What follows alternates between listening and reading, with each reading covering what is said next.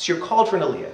After you take your deep breath and realize that you're in good shape and you're fine, try to think of your Hebrew name.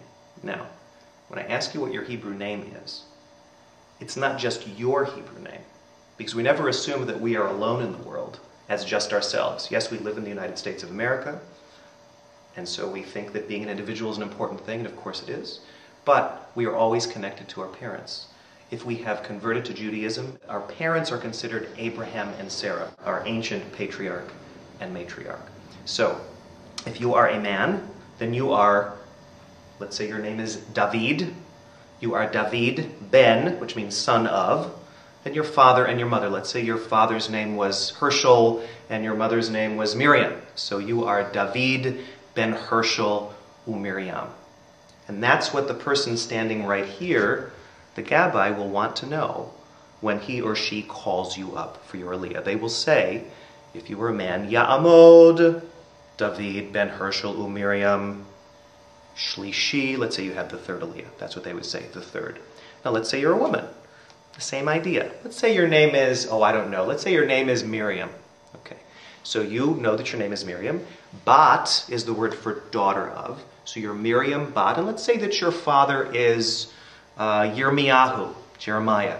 And let's say your mother is Masha. So Ta'amod Miriam Bat Yirmiyahu Umasha Chamishit. Let's say you have the fifth Aliyah. So let's say you can't think of your Hebrew name. In general, your English name, not always, but sometimes can give you a clue.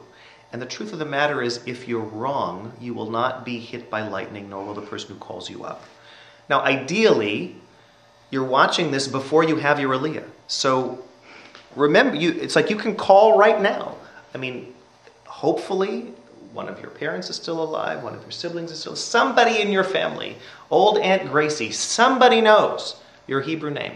Call them, find out before you get into a situation where you have to have an Aliyah, because wouldn't it be nice to know? So pause the video, call who you need to call, find out, if you don't know it, find out your Hebrew name. Let's say you know your Hebrew name. Great, okay?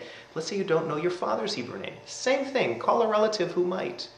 A sibling, a cousin. Another way to find out, if you're not sure, is to go to somebody's ketubah. Sometimes on a ketubah, it will be written.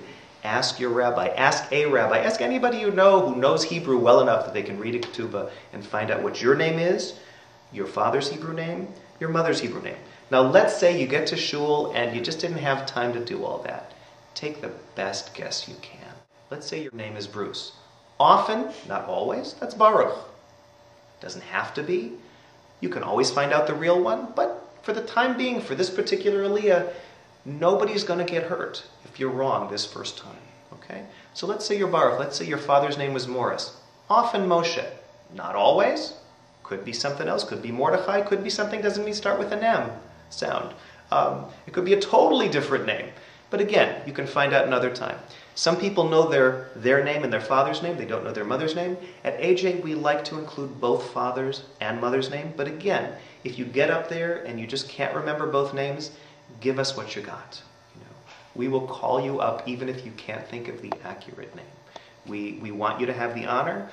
We want you to feel confident, and we want you to feel good about having the honor. And the more that you know about who you are, meaning your Hebrew name, your father's Hebrew name, your mother's Hebrew name, the more full your experience will be, and that's what we want it to be.